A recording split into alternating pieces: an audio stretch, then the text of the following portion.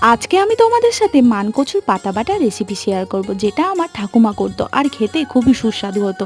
মা প্রথমে মানকচুর কচি কচি পাতাগুলোকে তুলে নিয়েছে, তারপর শিরাগুলোকে বাদ দিয়ে পাতাটা ভালোভাবে ছেলে নিয়ে ধুয়ে নিয়েছে। আর এই পাতাগুলো বাটবো চাদা মাছ দিয়ে। চাদা মাছে জানো তো প্রচুর পরিমাণে ভিটামিন এ থাকে। মাছগুলোকে ভেজে মা তুলে নিয়েছে, এরপর ওতেই দিয়ে দিয়েছে সামান্য জল, সেখানে পাতাগুলোকে দিয়ে কিছুটা রসুন, গোটা রসুন দিয়েছে, আর অল্প একটু নুন আর কাঁচা লঙ্কা দিয়ে কিছুক্ষণ ভাবিয়ে নিয়ে ওটাকে শিলে নিয়ে নিয়েছে। তারপর ওই মিশ্রণটাকে ভালো করে বেটে নেওয়ার পর একটু মরিচ দিয়ে দিয়েছে, মরিচটাকেও ওর সাথে বেটে নিল। এরপর ওই ভাজা মাছগুলো দিয়ে সেটাকেও সুন্দর করে শিলে মিক্স করে বেটে নিল।